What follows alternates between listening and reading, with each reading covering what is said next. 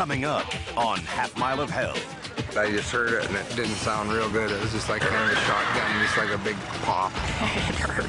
That black horse is trying to kill me, I swear to God. You know the old rule, if you don't hit it past the ladies' tee-off, you gotta drop your pants. Didn't quite make it past, so I had to drop my laundry. Sorry about that. There's more to life than wagon racing. I don't want to see him quit. I don't know if that's what he's thinking, but you never know when guys are having bad years, eh? Pack up and hit the road. Ride hard and play harder. Watch your back and don't give an inch. And whatever you do, don't make a mistake. Because you're about to ride the Half Mile of Hell.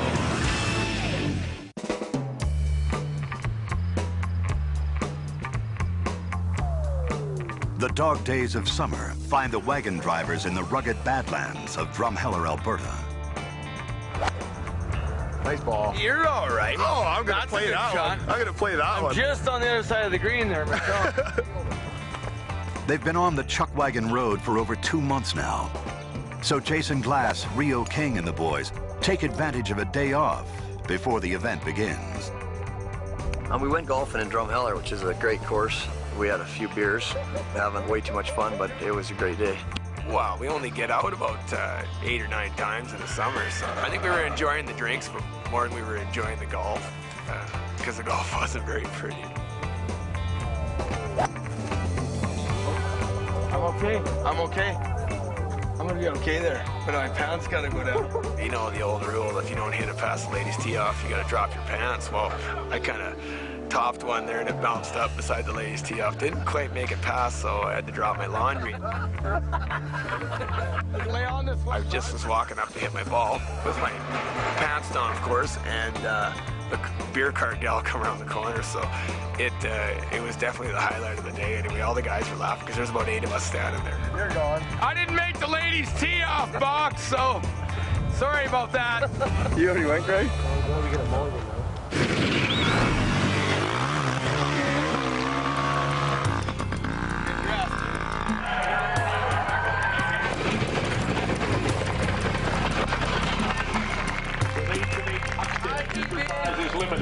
It's a little warm out here.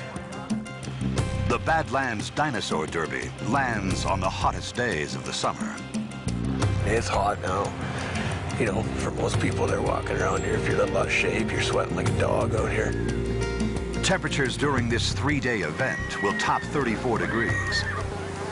Along with the challenge of keeping horses cool and hydrated, drivers now have a more pesky problem to deal with. We got them little no-steam flies or aphids or whatever they are, and they drive them nuts, but it's tiring on them because they're rolling and they're bucking all the time. But if the guy's here for over a week, I'll bet you it'd take the hair right off them in places. Keeping the horses bug-free involves a recipe as old as the West.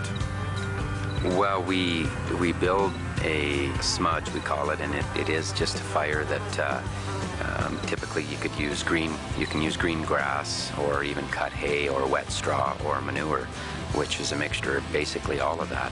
It doesn't burn, it smokes, and we put it in the center of the corral, and the horses can get downwind from it, and then they get in the smoke, and the bugs don't like the smoke. They just stay away from it. So you'll see the horses just head ears deep in this smoke. You can see the 2 horses standing in it over there, and they don't even hardly swish a tail or nothing. But it definitely helps. On the afternoon of day 1, the final few drivers roll in to set up their barns. Driver Jim Nevada has decided to truck his horses in every day from his home nearby. Straight ahead of you.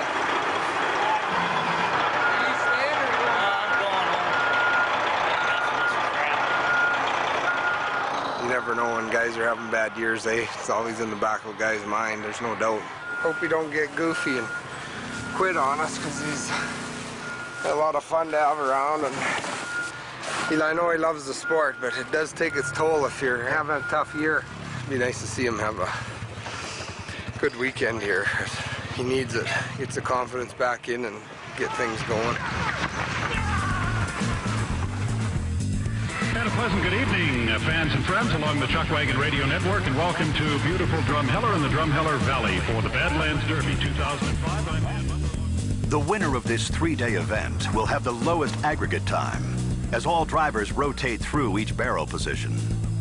Ray Crotto Jr. is the defending champion and track record holder. He'll be tough to beat again on a small track that favors his team. But if anyone can challenge him this weekend, it'll be the leader in the world standings, Reg Johnstone. And Reg makes it known that even with a world title on the line, he's still here to win this event. I'm not holding back just safety up to win the world. I'm going after the dollars. Along with winning the Derby, each driver will be looking to increase his position in the world standings, to be decided 2 weeks from now at the season finale in Red Deer. On day number 1, before the first heat has even begun, Terry Buffalo's barn hand has her hands full with a pair of uncooperative outriding horses. Can you help me? I need him in right now. It's the first race. Well, I don't know. There must have been some problem with the kid that was bringing over our outriding horses, but we got there and there was none. And I'm too old to run around the track and try and catch him on foot. As Terry Buffalo practices his barrel turn, Eddie Melville runs out to tell him there's no outriding horses. Terry's barn hand finally gets the horses under control and runs them to the track. But it's too late. The race is about to start. What do I do? I had no control over either.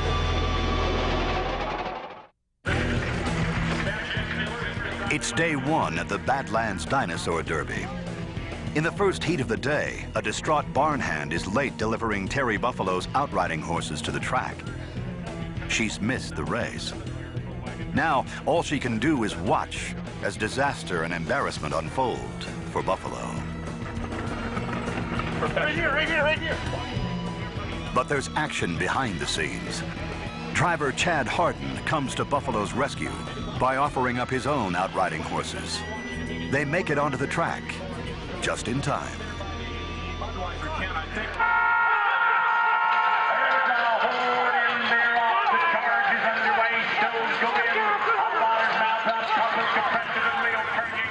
It only takes a moment for the action to heat up again. In the third heat, outrider Chad Fike is riding behind Herman Flad. As the race starts, Chad's horse turns into the path of neighboring wagon driver Troy Flad, and Chad makes a wild spin to avoid being crushed. It's a great save on what could have been a disaster.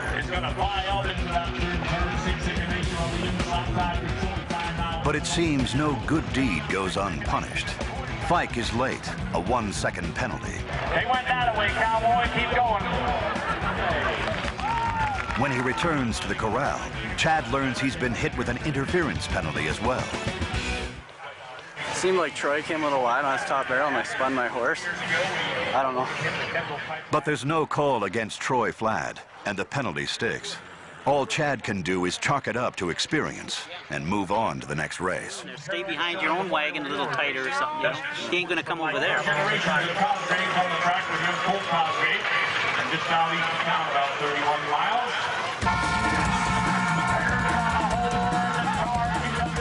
As the day continues, the track record is broken again and again. First by Colt Cosgrave, then by Shane Carter, and Tyler Helmig. As they fly out the home stretch, United Farmers in Alberta, leaders in the industry. They are leaders on the racetrack tonight. Tyler Helmig will get there by 3.5. In the 6th heat, driver Jim Nevada hopes the record can be broken yet again. And it is, but not by Nevada. Grand Rapids will get there by a length and a half. North Cuthbert's in second, and Jim Nevada with Bell goes into the third by 2.5. I don't know what to do on this racetrack. You either gotta follow or get in the lead, and Grant's got one, so my chance was tonight, and I screwed that one up. So. What? Don't know what to think.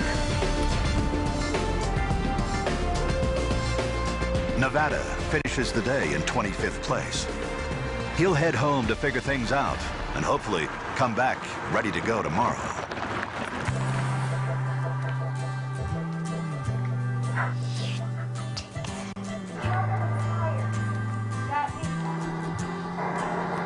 Okay, we got 3 minutes, then Dad's got to go get the horses ready.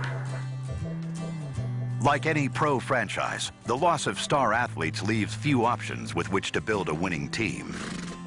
Injuries have kept Jim Nevada's best horses out of the lineup. Some are done for the season. Well, there's 3 of the best horses out here off my good outfit. 40 bucks got a chip in his back ankle. It's not in the joint. That's one horse that I really wish I'd had all summer. You know, every time we turn around, it's good for the vets. Down and with few options, Jim is now counting on outside help from fellow driver Chad Harden. Jimmy's had a little bit of bad luck this year, and a couple of horses got hurt, so I got a whole lead team that he's comfortable with, get him some day points and hopefully move him back in the hunt for the world to get back in Calgary. Oh, Jimmy's helped me along the way. He's helped me with some sponsors, and we're good friends, and he's a good guy, so.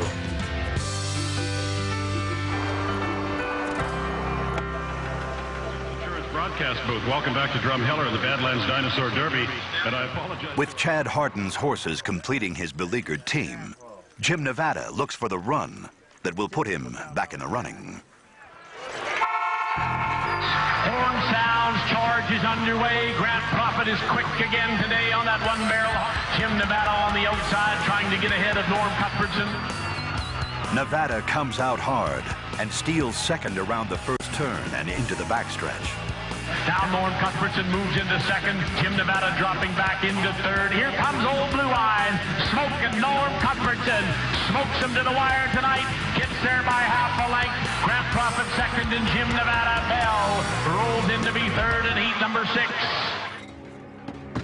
Nevada finishes last in his heat, 29th on the day. On top of the standings, Reg Johnstone and Ray Crotto Jr. are 1 and 2. Just 1/10 of a second apart in the aggregate. Ray, the defending Drumheller champion. Reg, the challenger who refuses to hold back. They will battle it out tomorrow for the Dinosaur Derby title. After his own race, Troy Dorchester returns to his barn to unhook and plan for the final day. But the usually routine act of unhitching horses is abruptly shattered.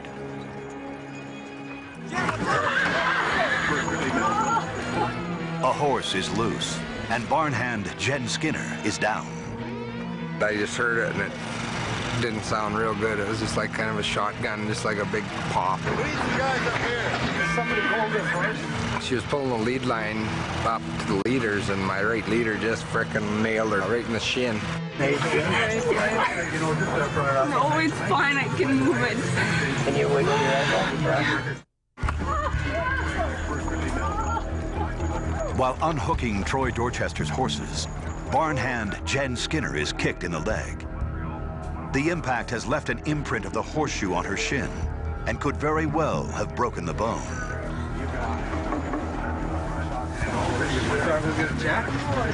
That black horse is trying to kill me, I swear to God. He kicked me in the freaking head yesterday. She had a few tears for a while, but she's tough. He moved my ankle. You should just run down and get it checked. As soon as you're done in the barn. When the last heat comes by, I'll come and get you. Okay. Hopefully she's okay and not broke, and even if she can't go the rest of the summer, just hope it ain't broke, because she's awesome help and she loves the horses, and if that horse knew what he did, he'd probably feel pretty bad, because she babies every one of these buggers. With assistance from Donna Bremner, Jen heads to the Drumheller Hospital for x-rays. On the third straight day of 34-degree weather, the Bensmiller boys round up the gang and head off to escape the heat. It's pretty hot out, so we were gonna go do some rafting down the river, get away from the barn, a little cool off. They head upstream through the Drumheller Badlands in search of a place to put in. It's always gotta be me that's gotta go get it, eh? Son of a... Stop messing around! We're outnumbered. Where's your water wing? Is there a way that I get carried down? Oh! Are you serious? What is wrong with this spot, you bunch of... It's fun, Bensmiller style. We like to have fun and do stupid stuff. We're just not smart, I think. With that in mind, it seems only natural that they would go from riding inner tubes on the river to riding bikes off a dock.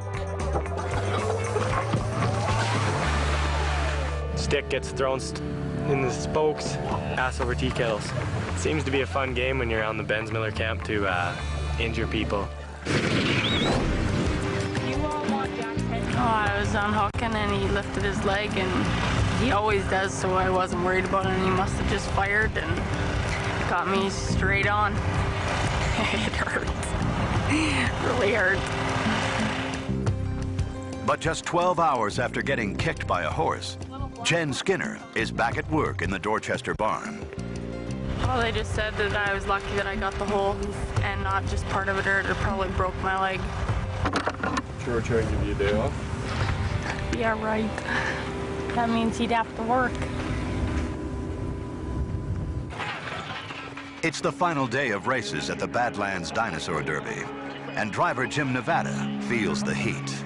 It's do or die for me tonight. Chad's helping me out with a few livestock problems, and see if I can pull a good run together tonight. I'm really gonna need it. He's 28th in the aggregate for this event, and 20th in the world standings. Certain to move down and not up. And yet, Jim Nevada's mind is pulled more and more away from the track. There's more to life than wagon racing. You know, I got a kid I should be around home more answering questions instead of rushing around not giving him much of my time. So I'd like to keep racing for a year and a half or whatever, get another Calgary in, but if I don't, then I got other commitments I gotta handle. As he pulls into the barrels, it's apparent that Jim Nevada isn't just fighting the race clock, but maybe time itself. On the 3-barrel, hardcore well. It's the final day of chuckwagon racing at the Badlands Dinosaur Derby, and driver Jim Nevada needs a good run. At stake are his standings for the season, and quite possibly his very future on the chuckwagon circuit.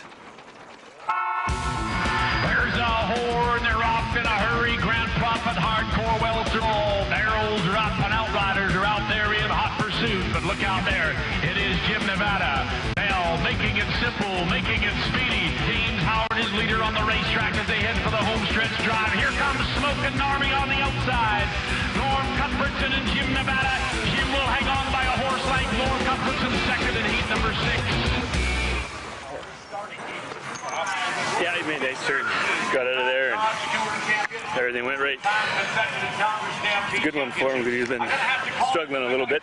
That was nice to see. Jim had a good run there. It was a run that he needed to have. You know, he needs some luck, and it looks like he ran a pretty good race there and certainly helped his own cause. It's a much improved 15th place finish for Nevada on the day, but he slips a spot to 21st in the world standings.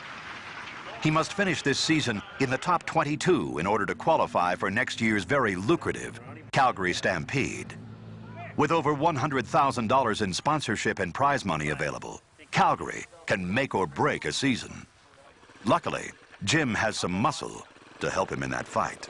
Basically, I'm going to let him have the pick of the barn for the rest of the year, and I'll work around what he needs to use. The stifling heat has made the Badlands Dinosaur Derby a challenging event for man and beast. And now it's all come down to the final 2 heats. In heat number 11, Ray Crotto Jr. has one chance to catch Reg Johnstone and win the Derby 2 years straight. Horn sounds and they're off in a hurry. Ray Crotto Jr. lightning on that 3-barrel. Here comes Neil Wolfenbach.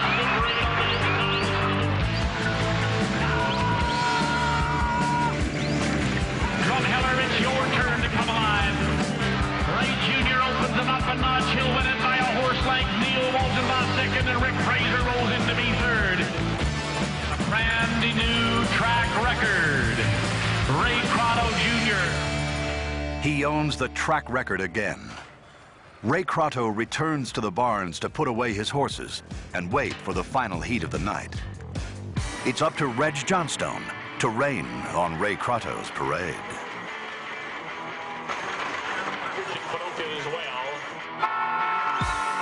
Orange sounds, and they're off to the charge. Top barrels rounded in fine style.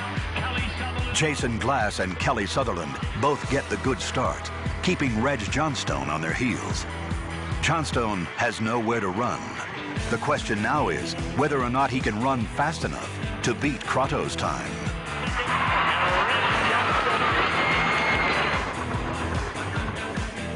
They await the times, and moments pass in agony.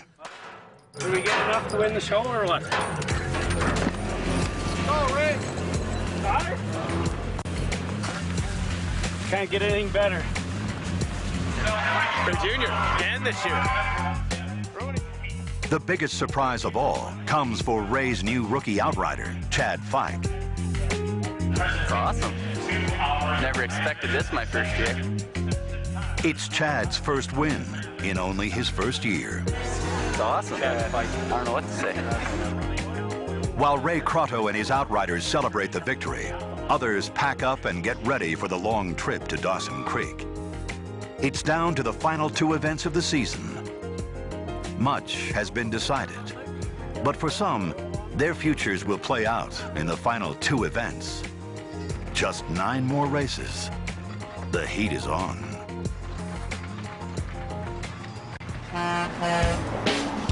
Coming soon on Half Mile of Hell. You know, it's getting shorter and shorter. You know, we got 8 runs left, I think, and the guys got to make the best of them. Sort of down and out right now. He needs a little bit of help, so hopefully we can get him the points to get him back into Calgary. And when you're in a pickle, you find out who your friends are. This guy Rare's back. Boom. Some guy just come up behind me and give me a shot in the back of the head. If you want to fight, well, the way I was raised is you stand in the street and you do it one-on-one.